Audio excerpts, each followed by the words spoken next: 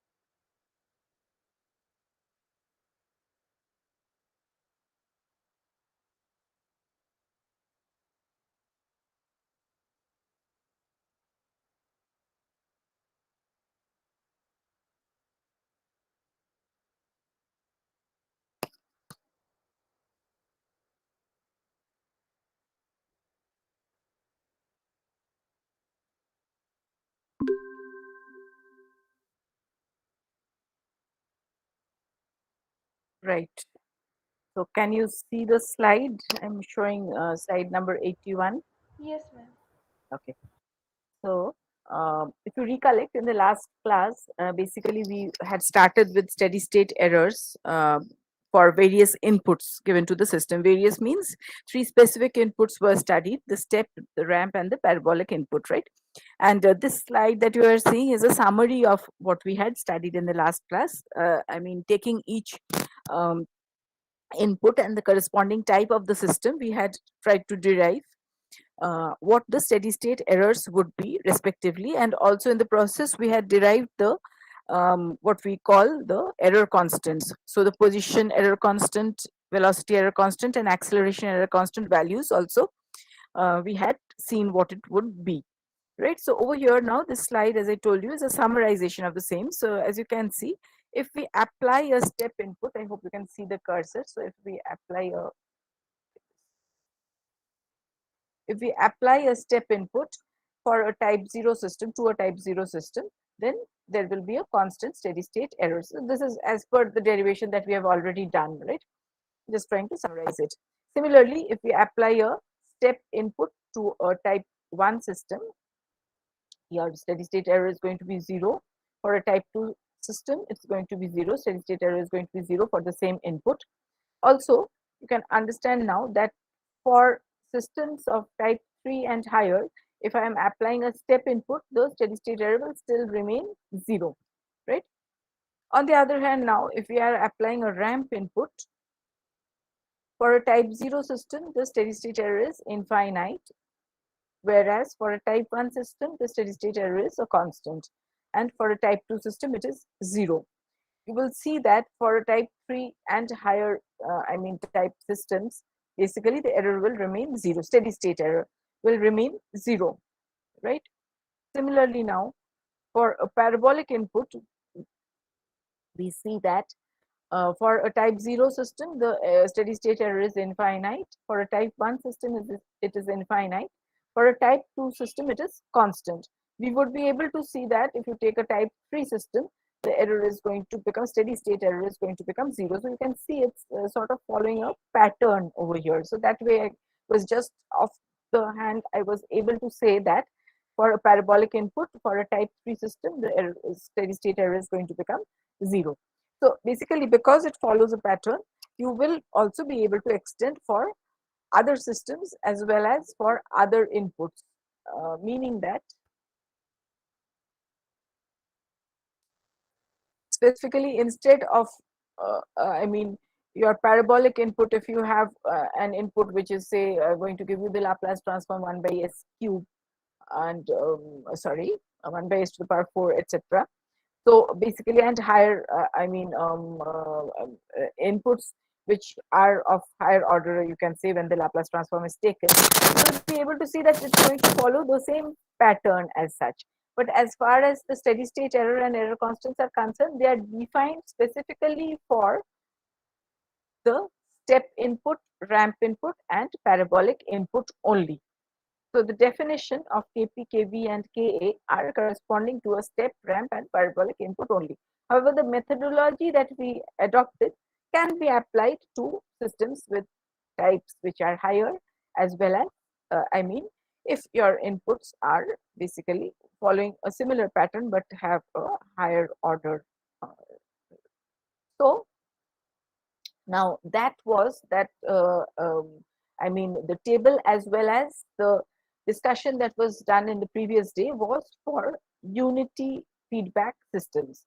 So all that we studied over here till the last slide, I'm just switching slides, sorry for that, but yes, so it was, all of that was for a system where the forward path transfer function is given in some standard form and the type of the system is known consequently, because we can see how many poles we have at the origin, and that, that can be actually seen. But all the analysis that was done over here, all this was for a was for a unity feedback system. But what happens when we have a non-unity feedback in a system? We already know that systems may have a unity feedback, meaning that your feedback path element is only a pure gain equal to 1, in which case it's not put over here as a block, but it just, take the signal from there and take it to the feedback this way. Or it may be non-unity feedback, which means that there is a feedback element hs which is not equal to 1. It may be some other constant value, or it may have dynamics. So basically there will be a transfer function again for the hs. Now, as far as steady state error is concerned, if you want to find out the steady state error for non-unity feedback systems, then you cannot directly, use the same method that was outlined for the unity feedback system. Rather, you have to do something before you can apply the same principles. What do you have to do? Basically, that's written over here. So basically, for non-unity feedback systems, the first step that has to be adopted if you want the steady state error is that you have to convert from the non-unity feedback system into an equivalent unity feedback system. So you would recollect that we had done this exercise earlier, meaning that we already know that, say, for example, over here, if we have the forward path element as gs and the feedback path element as hs, now if we were to find the equivalent unity feedback system such that the forward path element is g equivalent is denoted as g suffix es, and there is a unity feedback. So this is the equivalent of this one. So we already have derived what the g equivalent would be. So now, if by finding that G equivalent, if we are able to convert the non-unity feedback system into the corresponding unity feedback system, into the equivalent unity feedback system, then after the conversion, we can apply the same theory that we have, studied. Meaning that then, if we have this system, this is a unity feedback system, and here now we are able to access the error. ES is now accessible. Accessible means that we know that ES is equal to RS by 1 plus GES. So basically from there, when a step input is applied, when a ramp input is applied, when a parabolic input is applied, the error, steady state errors as well as error constants can be calculated, and you can actually find out those values as well. It is going to, after conversion to the equivalent unity feedback system, it is going to follow whatever is the standard one, that is this one. However, the conversion has to be done first. Otherwise, you will not be able to find the steady state error directly from this, that is from the non-unity feedback system. I'll tell you why, in fact, because over here, see, this point that you see is the output of the summing amplifier or the error indicator, whatever you call it. Basically, this signal is not the error. We have defined, or we define error as difference between input and output. But over here, this signal is equal to input minus hs into the output, right? So basically, it's not this signal when it's coming over here, it's not just simply the output, right? So that is why this is EAS, that is the actuating error, not the error. So basically, if you take the actuating error and then calculate on the basis of whatever, I mean, say, for example, if we are applying a step input, if you calculate the position error constant and hence the steady state error, it's going to become wrong. It's going to give you some values which are going to be wrong because you have not taken the error but only the actuating error. So the first step in this analysis for a non-unity feedback system, if you are going to do steady state analysis and steady state analysis of what the steady state error is going to be, the first step to be adopted is that you convert to the equivalent unity feedback system. Then you apply the concept of steady state error and error constants after the conversion to this system. Now, one thing you must have noticed, but in case you have overlooked, is that when we have defined the type of the system, basically what do we look at when we see what the type of the system is? Do we look at the overall transfer function of the system or do we look at something else? I've said that, I'm sure you have noticed. Can you tell me what do we, look at when we are, trying to see what the type of the system is? Which transfer function do we look at?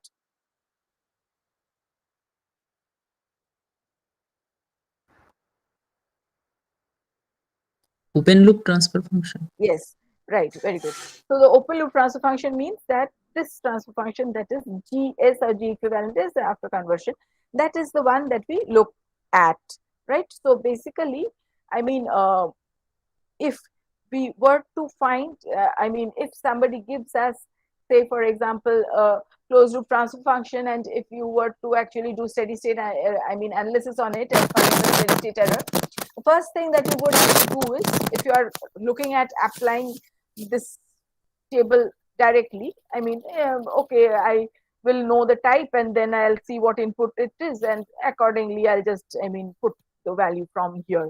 That's possible because once you have derived and got this table in front of you, you can put from here. That's acceptable. But what is essential is that you know the type of the system. So in case the closed loop transfer function is given, you have to actually find out the open loop transfer function considering a unity feedback. And then when you look at that GS, that is the open loop transfer function, you can see how many 1 by s's there are. And according to the order over there, you can actually say what type it is, right? So, if somebody, this is a question which people may try to put just to fool you, meaning that, okay, the closed loop transfer function is whatever. So that is given. And what is the type of the system? So you cannot directly say from there. What you have to do is you have to see what open loop transfer function resulted in that closed loop transfer function. That open loop transfer function, then you have to see how many 1 by s are there in that open loop transfer function, right? So anyway, so that was just to make you aware of that. So coming back to the non-unity feedback system, first you convert, then of course you can apply the concept directly.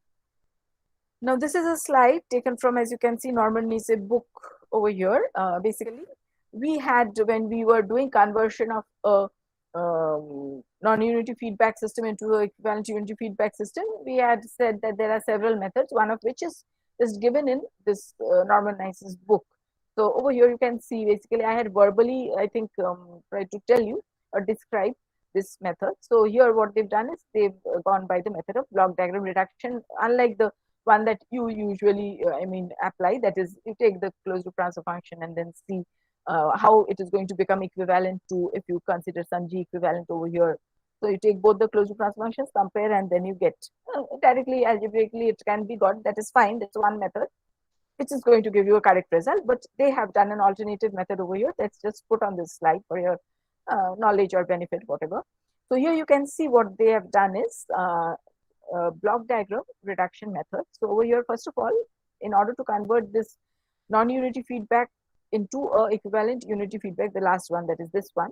In order to do that, what they've done is, first of all, they've added two signals over here, one with a -1 and the other with a +1. So effectively, -1 and +1, when both of them are added over here, basically you will find that this and this are equivalent, right? Next, what is done is they have combined these two together. So HS minus 1 is what they have, got. Combining the two, these internal ones, the ones which are in the middle, so-called. So combining these two together, they've got this, and then after that, what they've done is they've combined this one and that one. So again, over here, GS by 1 plus GS, HS meaning this would be the feedback path transformation that you have to consider then.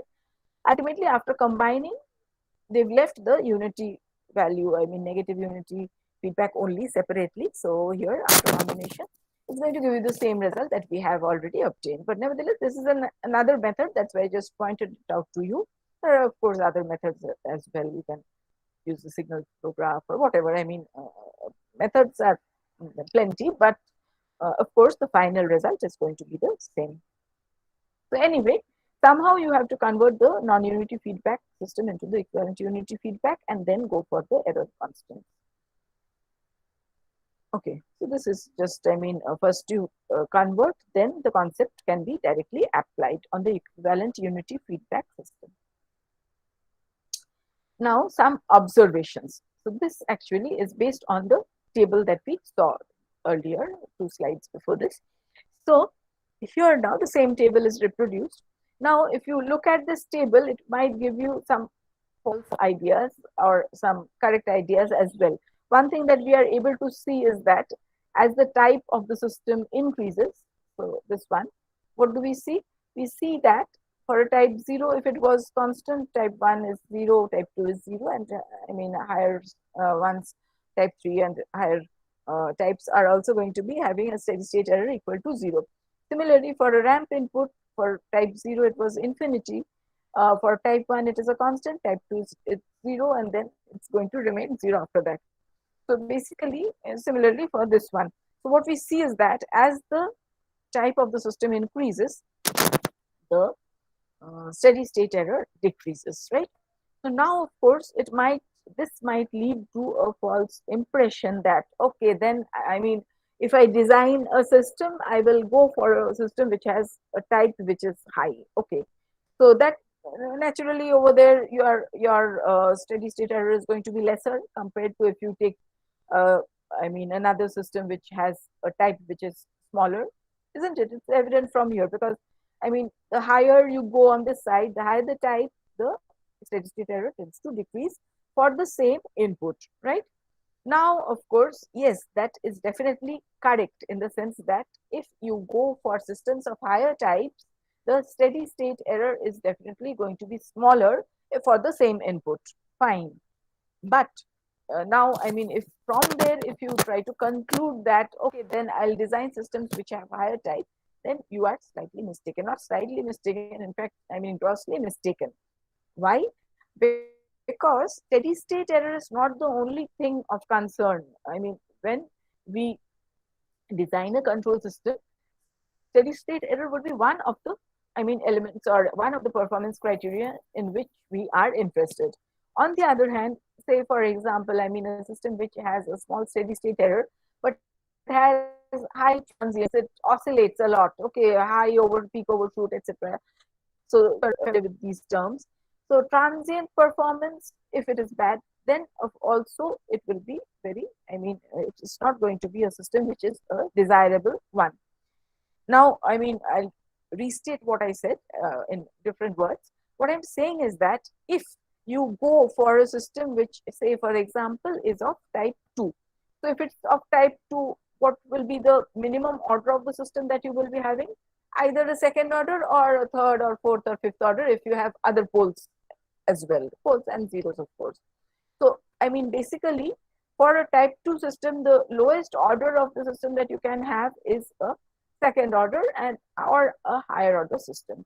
Now, as the order of the system increases, what happens to other things? Other things meaning, number one is the transient response. The transient response will become more oscillatory when the order of the system increases. And if I increase the type of the system, automatically I have to, order definitely does increase, because if I have a 1 by s square in the your overall transfer function, minimum order that I can have is second order. Whereas for a type 0 system, the minimum order that I can have is 0th order, isn't it? Over there, the simple game k is also going to be of a type 0.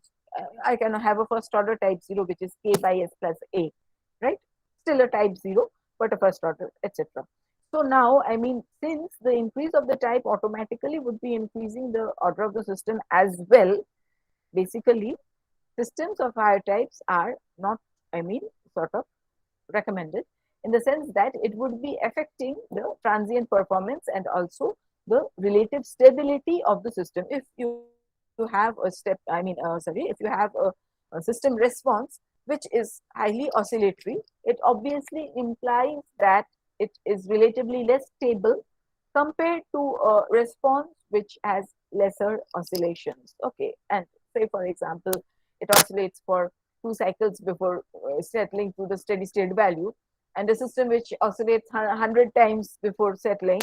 So naturally, you can understand that the system which oscillates more is obviously, less stable. Of course, stability can be understood by using several methods, some of which, in fact, you have not studied so far. In the other part, that is part 2, of course, some of which you will be studying over there. Simple tests like Raut-Hurwitz criterion, as well as other, that is for absolute stability, or tests like Nyquist,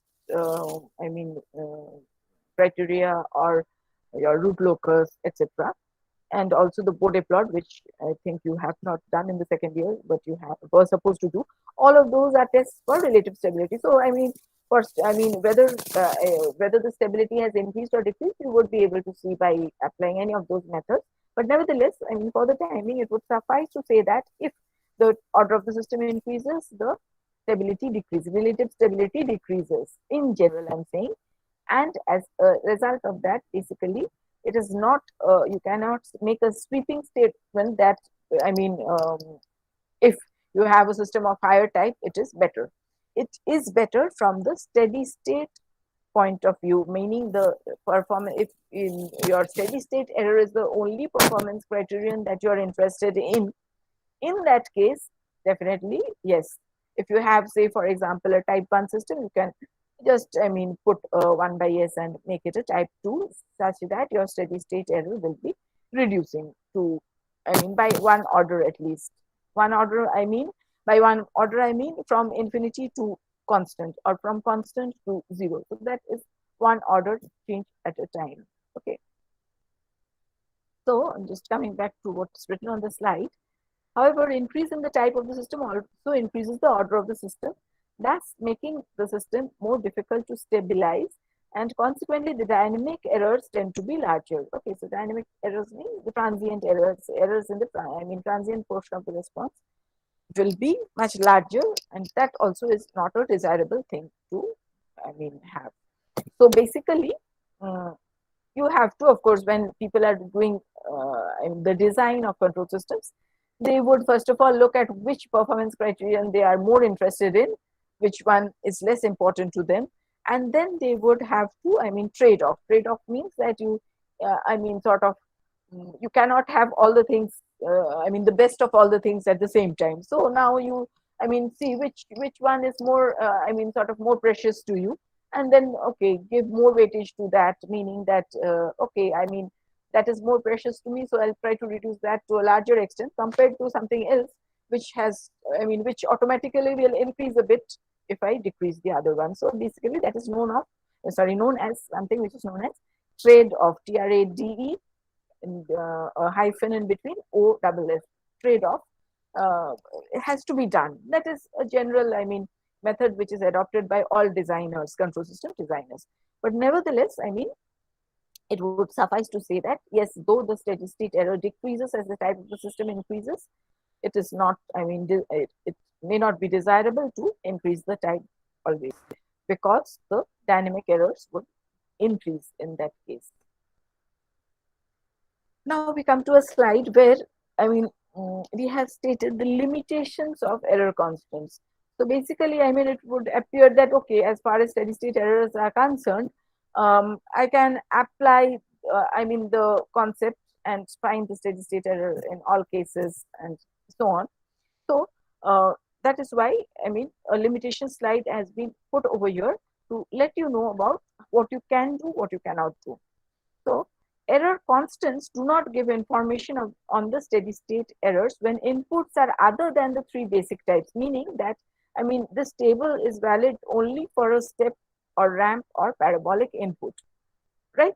So if you have any, say, I have a sinusoidal input, then of course, I mean, I cannot apply the concept of the error constants, because error constants are respectively derived only for a step input, a ramp input, or a parabolic input.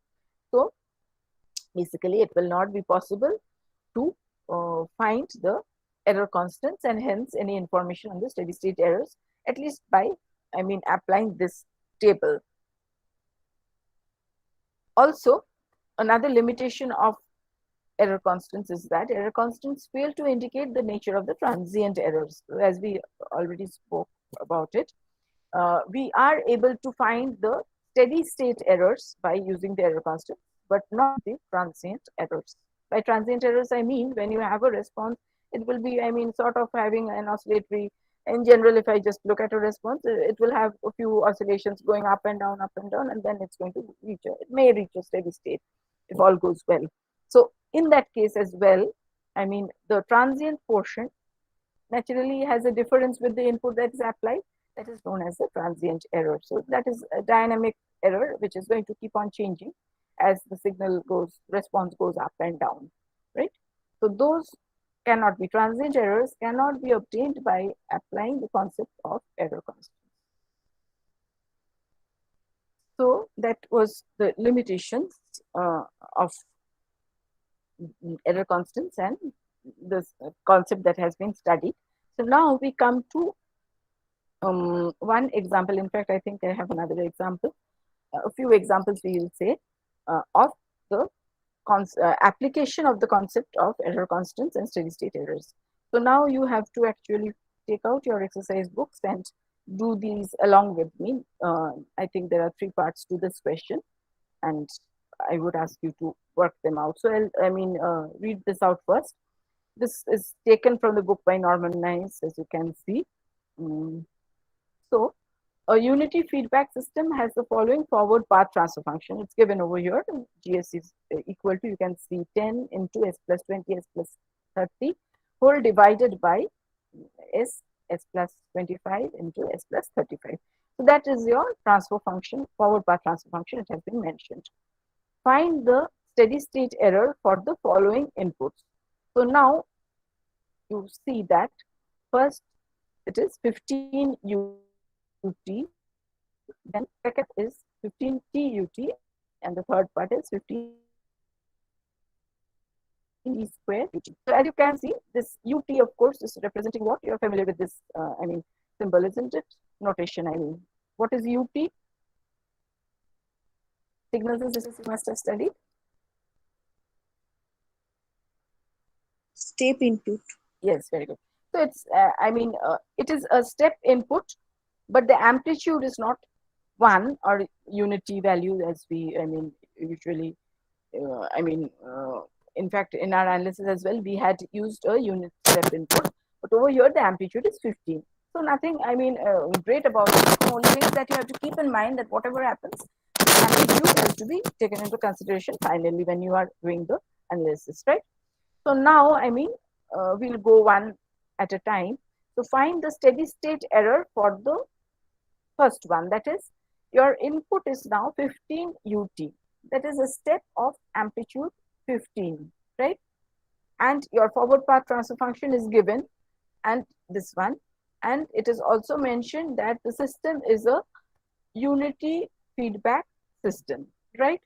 So now what you have to do is you would have to find the steady state error for this, that is 15 UT. Can you do it and tell me how to do it? What is the first thing that we will do? If, step input is applied, which error constant are we interested in? Position error constant. Very good. So we are interested in finding the position error constant. So Kp has to be found out. Now, if you recollect, what is Kp? Kp is equal to limit of GS as S tends to 0, right? So that now GS is given to you, you would have to find the KP, right? So can you do it and tell me what your KP value is? Infinity. Okay. So we'll go to the next slide. Okay, so next slide is just a redrawing of the, not redrawing, a drawing of the block diagram where GS is there and unity feedback is there and you have to find that, okay. Next, yes. So what is Kp? That has to be found out. So Kp value is equal to, yes, you are correct, it is infinity, right? So that, I mean, this ESS now will be how much? How much means 0. 0, 1 by 1 plus Kp. So 1 by 1 plus Kp, where Kp is infinity. So the steady state error due to a step input is 0, right? So here, of course, I mean, because it's 0 and all that, the amplitude did not, I mean, matter. You did not have to actually sort of think about what would happen to the 15 over there. But nevertheless, in the next one, of course, we would, I mean, would be having to have a look at the amplitude as well. So now the second part means your a ramp input is applied. So the input now that is being applied is 15 TUT, right? So since a ramp input is applied now, which error constant are we interested in? The Velocity error velocity. constant. Yes, yes. So the velocity error constant is what we are interested in. So you have to find out KV and hence the steady state error due to the ramp, right? So how much is KP? How do you find KP? KP is limit of SGS as S tends to 0. So those things you have to, of course, I mean, you have to keep in mind what KV is defined to be. It was already said. So now how much is KV? 48 by 7. Let me check the other. Let me see. I think can you calculate the, this is given in this form. Is it matching? Can you say? Verify and tell me. 7. Yes, ma'am. It's okay, right? So basically, KV can be found out. Now, once KV has been found out, the steady state error due to a ramp. But now, of course, you have to keep in mind that the ramp has an amplitude 15. That's the only thing you have to keep in mind. So earlier, I mean, earlier meaning, I mean, when we were, I mean, defining the concepts, basically the steady state error is going to be equal to how much? 1 by kV. It was 1 by kV. But over here now, since your ramp has an amplitude equal to 15, it is going to be that amplitude by kV, isn't it? So, did you understand what I said? Over here, the amplitude of the ramp is not 1, but it is 15. So, I mean, once kV was found out, you would recollect that the steady state error was found by calculating 1 by kV. That was for a unit ramp input that we had already done. So over here, the amplitude of the ramp is 15. So here, the steady state error due to a ramp, that is ESS for a ramp, is going to be 15 by the kV value. So of course, you can verify and see how much, whether it's matching. It should. Tell me whether you can verify that. Yes, ma'am. Okay. So basically, I mean, that is how it is done. Next, of course, for the third input, which was a parabolic input, again over there, the parabolic input, I mean, the amplitude is multiplied by 15 units, whatever it is, right? So here again, since a parabolic input is being applied, the error constant that is of interest is the acceleration error constant. We have to find out Ka. Now, what was the definition of Ka? Ka was equal to limit of S squared Gs as S tends to 0. So, Gs is given. So, how much is it? 0. Okay. So, 0. So, now, I mean, you have to find the ESS for a parabolic input. So, you would recollect that your, I mean, steady state error corresponding to a parabolic input was given by 1 by Ka for a parabolic input with unity amplitude. So over here, there is 15 units of amplitude. Nevertheless, because it's zero, of course, it will not be consequential, but nevertheless. So now ESS will be found by, calculating 15 by KA, right? So KA has been found to be zero, so it's going to be how much? Infinity. Yes, that is put over here in the last slide. So basically, over here, the concept has been directly applied, apart from the fact that only the input amplitude is not unity, but it is something else, some other finite value, that is 15 over here for this particular example, right? So that was a direct example taken from the book by Norman Nice or Nice, whatever you call it. Now, a second example over here, again from the same book, that is Norman Nice's book, right? So just look at the example first. Meaning look at the statement of the example first, then we'll work it out. So over here, the block diagram is given.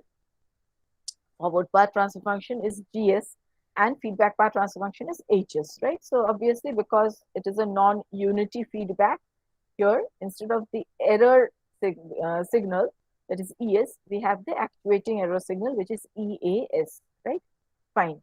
So now, in that block diagram, it is also mentioned that GS, that is a forward path transfer function, is given as 100 by S into S plus 10, right? So that is this one.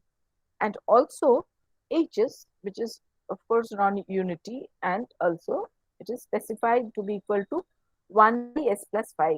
So basically this goes to this block, that is the feedback path. We have 1 by S plus 5. So now, here the question is, you have been asked to find the value of the position error constant and the corresponding steady state error. So you may ask me, ma'am, you have not specified the input, right? Yes, of course, I have not explicitly specified the input, but here the information is hidden in the question itself. Can you tell me which input is being implied over here? Step. Very good. So because, as per the question, you have been asked to find the position error constant.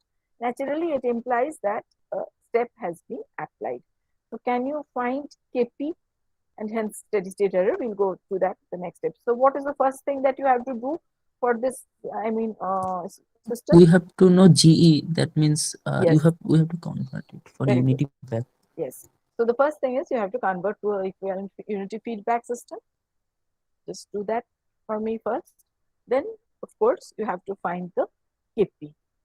Can you do it and tell me what you get? I'll give you some time.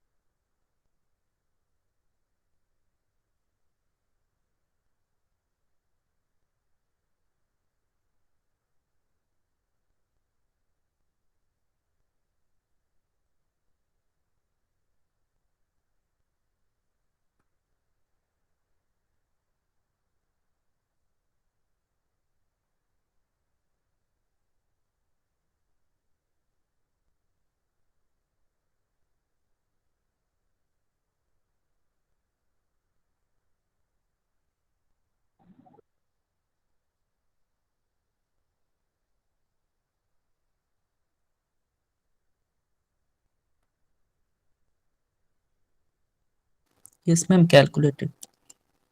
How much is it? Kp. Oh, KP, no, GES. Okay. Achha, GS, I don't think I have. Nah. So you have to calculate Kp in order to verify.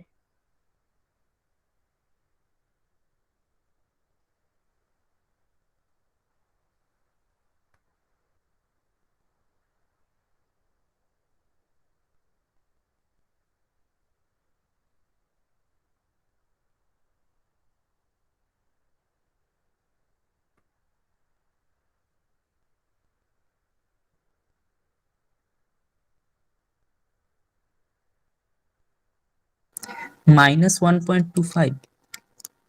Yes, I think it's something like that. Minus 5 by 4 is Yes, ma'am. 1.25 it's going to be. Yes. So that is the value. I mean, try to think about what it means a bit later, and also the steady state error. So ES is how much is it going to be?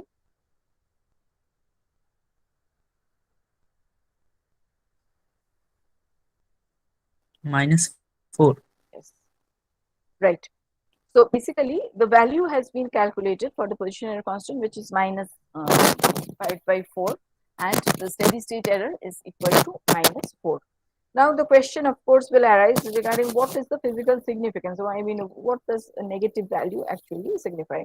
On purpose, this example has been put over here, as well as the book, Norman Nice's book also puts it, so that you, I mean, sort of understand a bit more regarding what to expect out of this concept, what not to expect.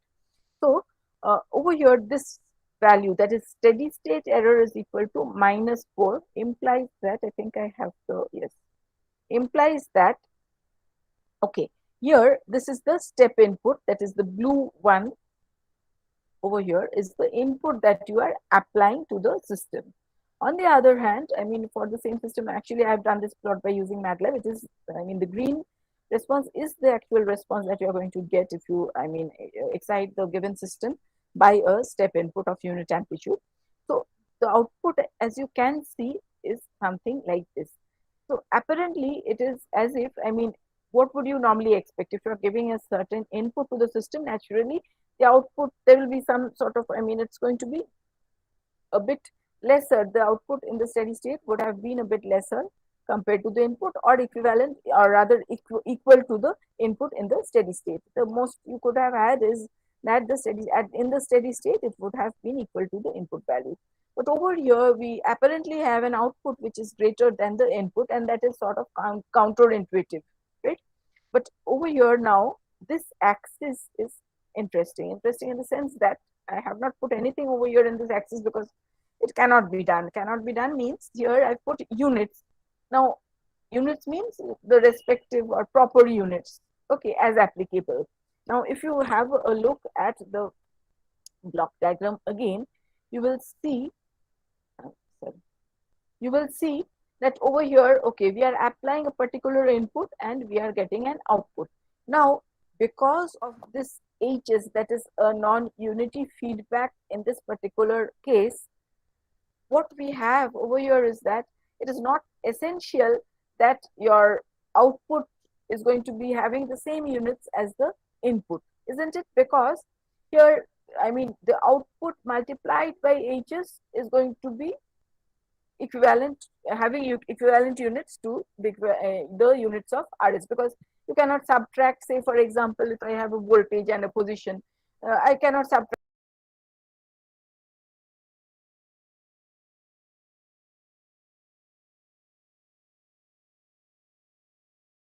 it's going to be volts. But here the CS could have been anything else. It would be having a different unit. So apparently, I mean, the value that you see in the steady state in that plot over there, it apparently has a higher value, but higher value means what? I mean, say for example, 5 millimeters of position is what you have as your output on this side, whereas you have applied, I mean, 2 units of voltage here. So naturally, I mean, 5 will look greater than 2, but I mean, the units are not comparable and cannot be plotted or compared on the same platform, meaning the same graph paper, if you plot it, you have to show that, say that both the units are different. Why different? You can see because here there is this feedback path transfer function Hs, which means that the signal over here and the signal over there do not have matching units, unless, of course, Hs is equal to 1, in which case now if this is equal to unity, there is no conversion factor. So directly CS will be subtracted from RS, which means that now RS and CS, for a unity feedback system, RS and CS will be having the same unit, and as a result of that, I mean, over there, the concept of steady state errors and error constants are much more meaningful.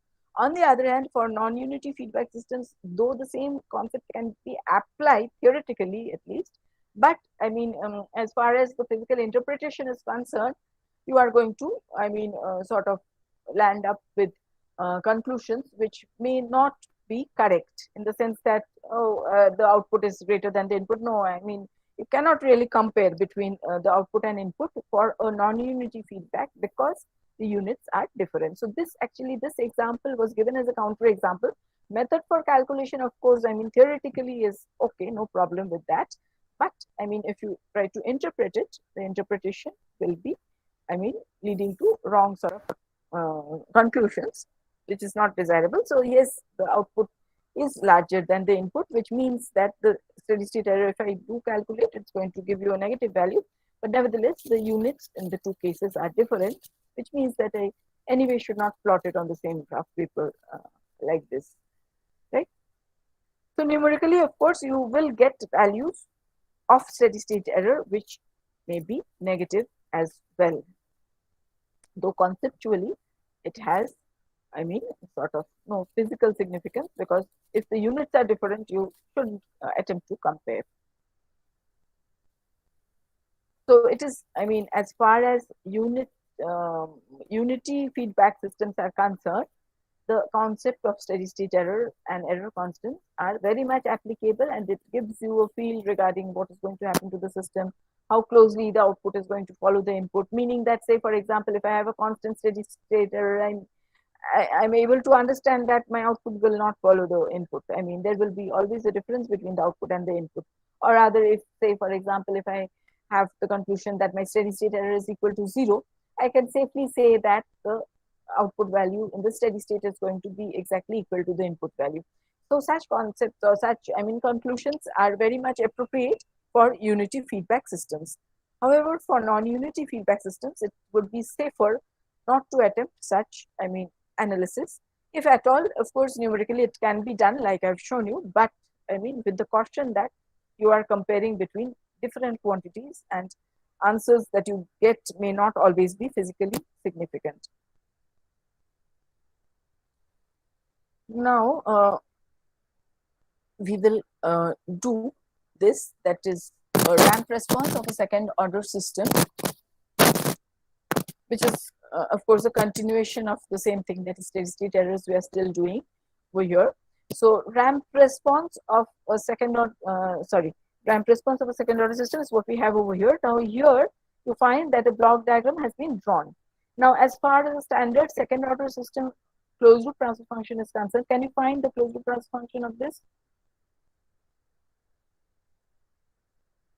So we have over here in the forward path omega n square by s whole into s plus 2 zeta omega n, right? And you have a unity negative feedback as shown over here in the block diagram. What is the equivalent output to input transfer function over here? Meaning the omega n square by s square plus 2 zeta omega n s plus omega n square. Very good. So it is going to be omega n square by s square plus 2 zeta omega n s plus omega n square, right? Now, I mean, what we would be looking for over here is that we are looking, I am under the impression that in your signals and systems, you would have done the response of a second order system for a step input. You have done that several times, at least you were supposed to do it. I'm sure you've done it, right? So over here, we are going to look at the ramp response of the second order system. So now, of course, if you were asked to find the ramp response of a second order system, can you tell me the method which is going to be adopted? I'm not asking you to do it, but what, I mean, how would you find the ramp response? So input over here is what it is. If I take the Laplace transform of the input, it is 1 by s. Ramp money 1 by s square, right? And I mean, I'm assuming that it has unity value, that is, the amplitude is unity.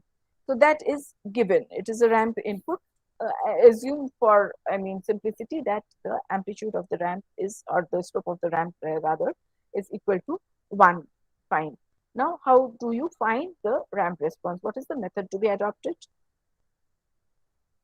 Just the steps I want. What will I do first? Then next what? Next what? I'm not asking you to do it. Of course, you would be able to do it if you know the steps. So, ma'am, first we have to calculate CS, then inverse Laplace of that. Yes, yes, very good. So not CS by RS, that is, yes, that you have, and then RS is given as a ramp. So yes, then you get the CS, and then you have to take the inverse Laplace transform to obtain CT. So once you get the CT, naturally you would be able to see what the response is like. The mathematical expression is obtained. So naturally, if you want to plot it, you can plot it. If you want to keep it like that, you can keep it. So, yes. So, okay, over here, the procedure that we have stated is shown. I'm not asking you to work it out over here. Of course, you would be able to do it if required, I'm sure. So here the input is specified as a of unity slope, and RS is consequently equal to 1 by S square. So CS by RS is equal to the closed loop transfer function, which you have already told me. And then CS is equal to, so I mean, RS is given as 1 by S square. So that is this. So now from there, what do? Break it up into partial fractions and etc. Method to be adopted, and take the inverse Laplace transform. So once the inverse Laplace transform is taken, you arrive at CT, that is the time domain expression for the output, right? So this is the final expression. I'm not showing the working out. You can, I mean, do it yourselves, I'm sure. Please try to do it and you will verify it. Not now, but I mean, in case you have some difficulty, you can tell me. So CT for this particular, I mean, system that we had, this one is given by, is equal to, after working all that out, taking the Laplace inverse, it happens to be t minus 2 zeta by omega n plus this portion. I'm not reading it out, for zeta lesser than 1. So now, I mean, you can see the overall expression for the output, right? So this is the output expression for the output. Naturally, if you want to plot it, it can be plotted, fine. But now, I mean, if you look at this expression, what are we able to see? First of all, this response over here has three distinct parts in the expression, one of which is the t. It's, I mean, a standalone t over there. The next portion is the minus 2 zeta by omega n, which is, of course, a constant, right? And then the third portion, which is this one. So now let us inspect this, I mean, a bit more closely. So of the three things over here, the first, that is t, first part of the expression, that is only t. What does it indicate? What will be the response if I just say Ct equal to t? What will the response be like visually? Visually means if I plot it on a graph paper, what is it going to look like?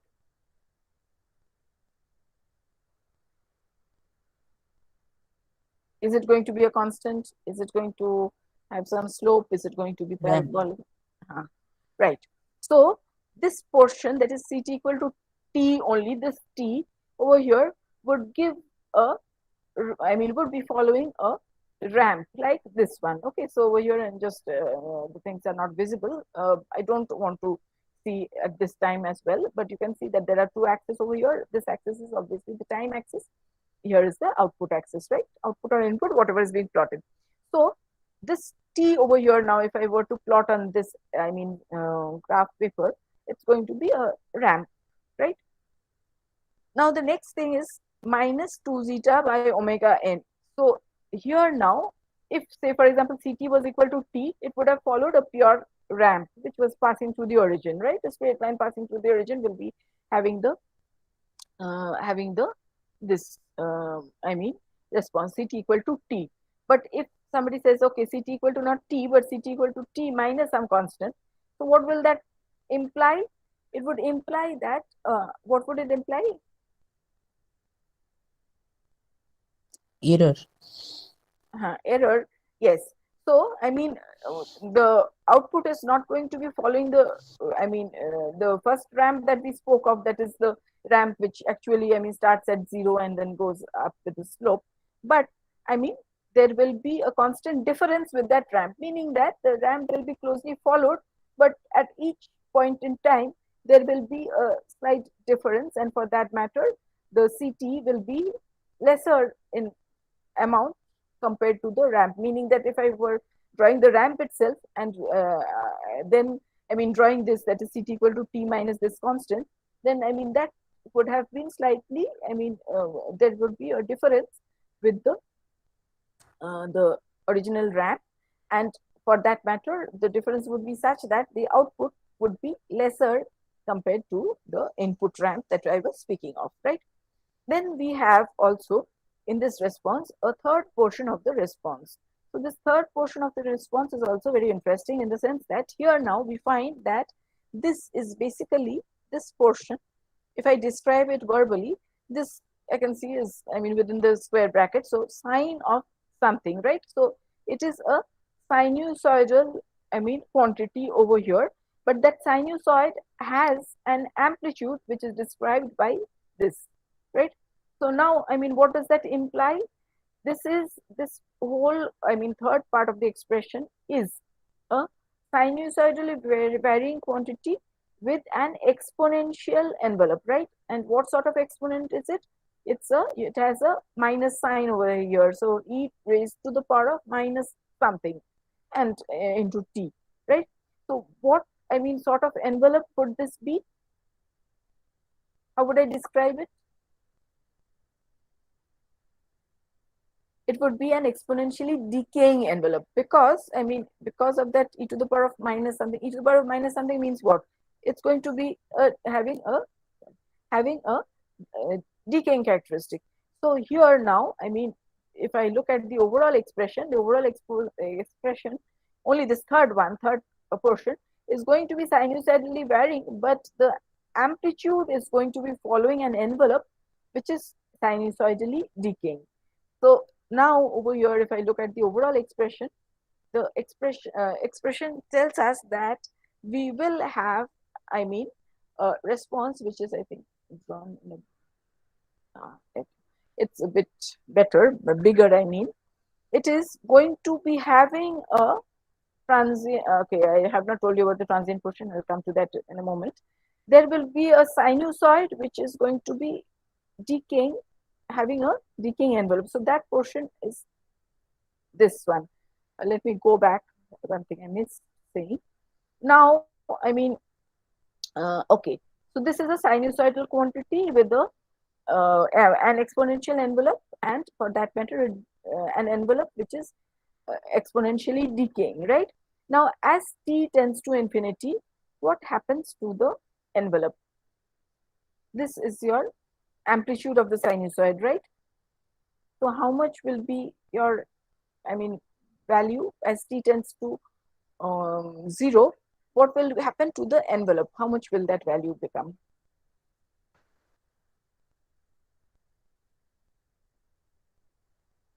As t tends to 0, I am asking about only this portion.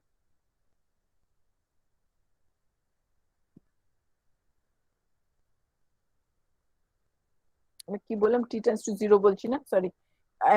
I want you to answer what is going to happen as t tends to infinity. Steady state value change. Exponential term will be 0. Yes, exactly. I think there was a slip of tongue. I realized that later.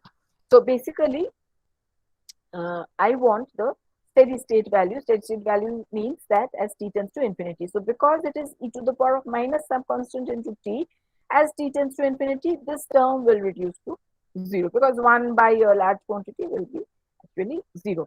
So that it means that the envelope of the sinusoidal quantity is going to be 0, which means that this, I mean, whatever sinusoidal, I mean, variation was taking place, that, I mean, variation was actually, I mean, sort of decaying within an envelope which was exponentially varying. And finally, as t tends to infinity, that sinusoidal quantity will vanish because the envelope is going to just reduce to 0. So whatever variation is there will be in the initial portion, meaning the transient portion of the response will have a sinusoidal quantity within an envelope which is exponentially decaying.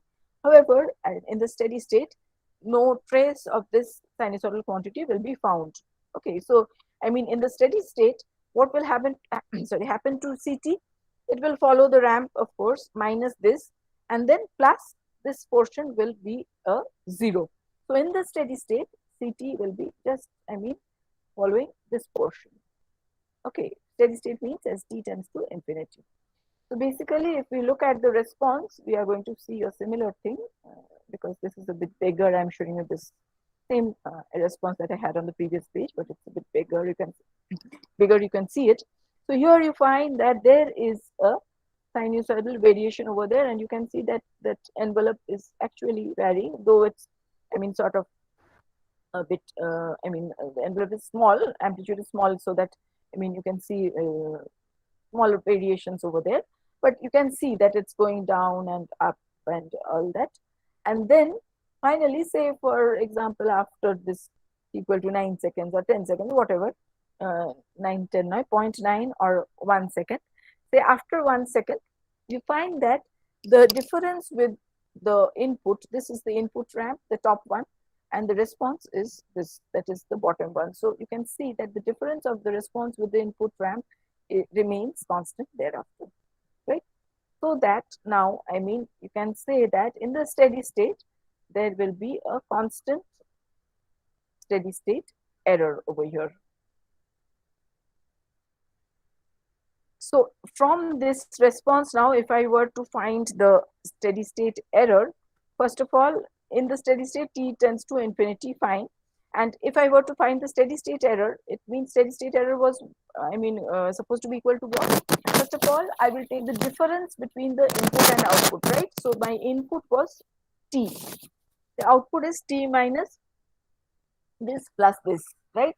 Then I take the limit as t tends to infinity. So, when I take the difference, this first, the initial ramp is there in the input and the output, so it cancels out. The second portion, of course, will be there, and the third portion as t tends to infinity becomes 0. So that finally, what is the value of the steady state error that we get? We will get 2 zeta by omega n, right? So this was, of course, the roundabout way, meaning the, sort of the conventional way, of course, going from the time response and then making t tend to infinity to find the steady state error. Now, alternatively, of course, it could have been done by using a second method, which is it's worked out. Second method, which is basically, instead of taking the time domain expression, the same thing you do in the frequency domain, that is in the S domain. So over here, what is being done is that you can see, to find the steady state error, the final value theorem has been applied, right? So final value theorem on what? The difference between the input and output, that is the error, right? So SES as S tends to 0 is what we have over here. So from here now, CS has been directly put instead of working with CT, which was, slightly more complicated. And in that case, you need to find out the Laplace inverse. Here in this method, you need not find the Laplace inverse from the, transfer function itself. You can do this. So here now, after working this out, again, you will come at the same value, which is the steady state error, which is equal to 2 zeta by omega n, right? Now, this is the alternative method for calculation of the steady state error directly from the in the Laplace domain. Now, of course, the third method, meaning the one that we have just done earlier to this, previous to this. Now, okay, we've come back to the same system, which is a which is a second order system with a unity feedback. It's a standard second order system with a unity feedback, and a ramp input has been applied. Now, from the concept of steady state error and error constants, if I ask you to find the steady state error, what would you do first?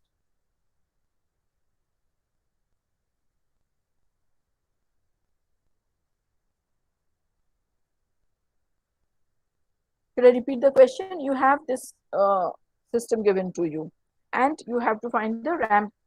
You have to find the steady state error to a ramp, right?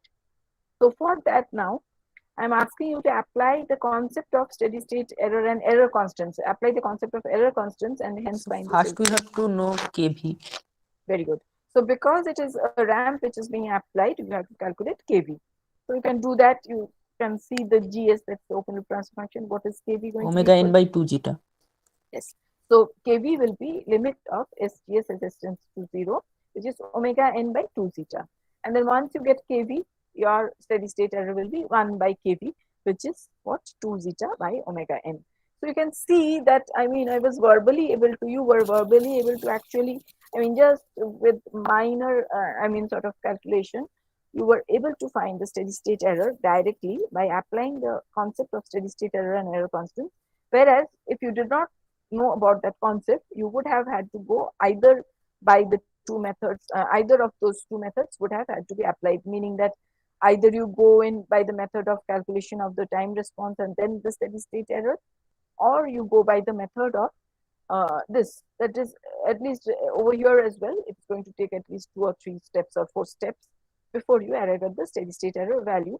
However, by direct application, by directly knowing that if I have a RAM, I find out the kV, and then 1 by kV is going to give me my steady state error. So directly I'm able to find the steady state error.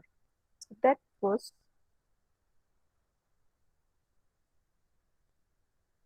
okay. So the same method, that is method of steady state errors, has been shown over here on this slide. That is, you find kV because the ramp input has been applied. So it happens to be omega n by 2 zeta, and then the steady state error is 1 by kV. So you directly get it. I think that is the last slide. Achha, before finishing off, can you tell me something, that is, how familiar are you with Bode plots? Has it been taught at all in class? Do you know, I mean, to draw Bode plots and interpret? No. Okay, so ma'am in that কিছুটা জানি, case, কিছুটা জানো? আচ্ছা, মানে তুমি নিজে পড়ে জানো না ক্লাসে করানো হয়েছে? ক্লাসে করা হয়নি নিজে ম্যাম। পড়ে, ক্লাসে করানো হয়নি। ক্লাসে করানো হয়নি, ক্লাসে করানো না হলে অসুবিধা। So what I'll do is, actually there was a portion added to this, that is the sort of link between steady state errors and some of the, I mean, some interpretations which can be done by using Bode plots, but it is not very sort of, I mean, relevant in the sense that we cannot, I mean, apply the concept that, I mean, I was about to tell you. We cannot apply it globally. So what I'll do is I'll skip that portion. That is, I'll show you what I'll skip. Steady state error from the frequency response, meaning the Bode plot, is what we had over here. So Kp, Kv, and Ka can be found for specific system types. Kp for a type 0, Kv for a type 1, and Ka for a type 2 system by using Bode plot. I will not go into this portion here directly, but nevertheless, I mean, we'll go into system. I mean, we will go into the next module that I have over here directly. But I mean, after completing a bit of the syllabus, there will be something which is known as compensation of control systems, before which I would have to sort of either recapitulate or revise whatever. If it would have been earlier, that would have been the term I would have used. Otherwise, if it has not been done at all, I will try to give you an outline at least of how Bode plots are plotted and interpreted. And that will be then, before going into compensation of control systems, I will be doing Bode plots in brief, maybe half a class or 1 class, so that you are able to understand the concept of compensation better. But right now, I'm skipping this portion because this actually is, you will not miss much if I do not teach you this small portion which is over here, because just to teach this, I do not want to go digress from the main stream of what I am supposed to teach. So the next thing I'll be teaching is over here. Okay, before going to that, you have already got the PDF of the slides.